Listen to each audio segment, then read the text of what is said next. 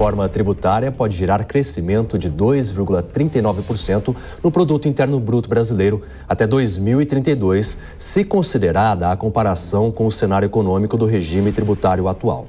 A conclusão é de um estudo do Instituto de Pesquisa Econômica Aplicado, IPEA. A proposta da reforma do governo federal teve ampla aprovação na Câmara dos Deputados nesta semana. A gente vem tratando sobre esse assunto aqui na Jovem Pan. E sobre esse assunto, justamente, a gente conversa agora com o professor de Economia da FGV São Paulo, o Rogério Mori. Muito boa tarde, Rogério. Obrigado pela sua participação aqui ao vivo com a gente. Boa tarde, David. Boa tarde, Sagrea.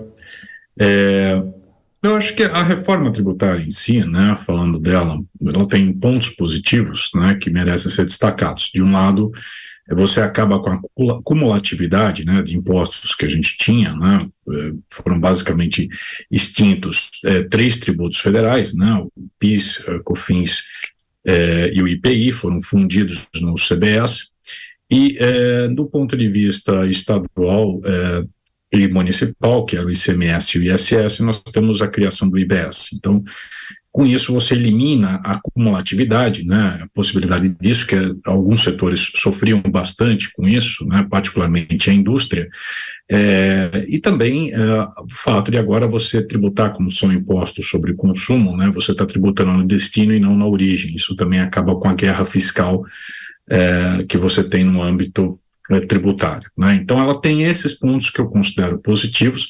Acho que o Brasil se adequa em relação àquilo que está no resto do mundo, mas eu acho que ela tem alguns poréns, né? Primeiro, do ponto de vista setorial, ela não é neutra, né? Você tem setores que vão ser favorecidos e outros setores que vão ser penalizados em relação a essa reforma, né? O setor de serviços vai aumentar a carga de impostos sobre eles, enquanto a indústria diminui, né? Então, eu acho que, do meu ponto de vista, né, faltou uma análise um pouco mais pormenorizada em termos de números, e para a gente saber os impactos em cada setor daquilo que a gente vai ter em termos de carga, né, a mudança em si.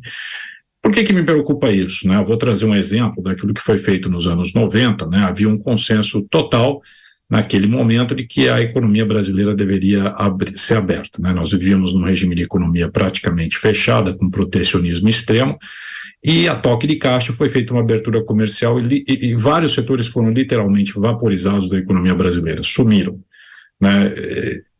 Trazendo para a nossa realidade da reforma tributária, eu acho que a gente pode ter problemas em alguns setores, sim, em função disso. Acho que precisaria de um período de transição, uma análise um pouco maior desse efeito setorial que a gente tem decorrente da reforma, né? O outro aspecto que também me preocupa, né, a gente não tem uma simulação clara, há uma garantia dentro da proposta de que não vai haver aumento de carga tributária, mas nós estamos num contexto onde é um governo que precisa aumentar a arrecadação. Ele ampliou fortemente seus gastos sem dizer de onde vai vir a receita. Então, fazer uma reforma nesse ambiente onde você tem a necessidade de aumentar a arrecadação, eu acho um pouco temeroso. Se nós tivéssemos na regra fiscal anterior do teto de gastos, eu acho que fazer a reforma tributária seria menos temeroso, mas nesse momento me preocupa um pouco se não vai haver a tentação de um aumento de arrecadação via aumento de carga.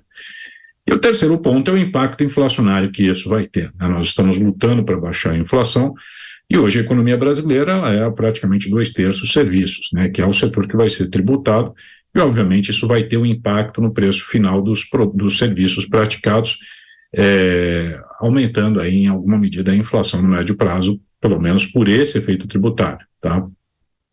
Estou num ponto importante, né? Porque os gastos do governo, inclusive, coincidentemente, a gente trouxe essa informação ainda há pouco aqui no Fast News, o governo liberou na mesma semana 7,4 bilhões de reais em emendas parlamentares. Vou convidar o Segré para participar dessa conversa com a gente, justamente para ele também fazer perguntas. Boa tarde, professor Mori, um prazer ouvi-lo. Você fazia menção específica ao setor de serviços, e para explicar à audiência, o problema hoje é que o setor de serviços, no máximo da alíquota, paga 5% de alíquota sobre ISS. A partir do IBS, não temos ainda a confirmação de qual será a alíquota, mas certamente será muito maior que 5%. Isso pode refletir, claro, como o senhor estava mencionando, um aumento em função do valor final do serviço a ser otorgado. A vantagem nos países que têm essa metodologia tributária é que o prestador de serviço pode se creditar de prestações anteriores, como o IVA, por exemplo, em muitos países da América Latina e alguns países da Europa.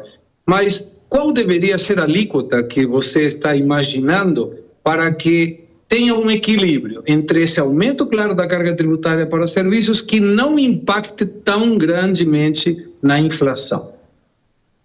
Essa é uma pergunta, eu diria, a pergunta-chave de toda essa reforma. É uma pergunta que não foi respondida em nenhum momento. Quer dizer, qual é a alíquota que deve ser ideal, né, para esse setor, né? Eu acho que faltaram estudos em relação a isso, né? Quer dizer, se ficou muito preocupado com os níveis de arrecadação, com o princípio da reforma em si, que é correto, né, de você reduzir o número de impostos, reduzir a acumulatividade, mas não tem números claros em relação a essa dimensão dessas alíquotas e o impacto setorial que isso vai gerar, porque você vai ter setores que vão ter que se adequar, quer dizer, fazer isso de uma forma muito dura, né, colocando uma alíquota imediatamente em relação a isso. Claro que a reforma prevê um período de transição, mas o setor que vai ser tributado mais, ele vai ser afetado sim, e isso vai ter um efeito no repasse no preço do consumidor final, né? Por exemplo, você dizer que a cesta básica não vai ser tributada, ok, mas o serviço, que até chegar na ponta final do consumidor, ele vai ser tributado. Então, o produto da cesta básica, em última instância, ele vai ter algum efeito, sim, de aumento de imposto em decorrência disso que você vai estar tributando o setor de serviços, né? Obviamente, você não está tributando a cesta em si, mas você está tributando a cadeia até chegar na ponta do consumidor. O consumidor que hoje não paga, vai pagar alguma coisa, sim, sobre a cesta básica em termos de impostos. Bom, Rogério Mori, muito obrigado pela sua participação, professor de Economia, prestando todos os esclarecimentos quanto à reforma tributária, né, aprovada na Câmara, que agora segue para o Senado. Muito obrigado pelos esclarecimentos e excelente fim de semana. Obrigado, boa tarde.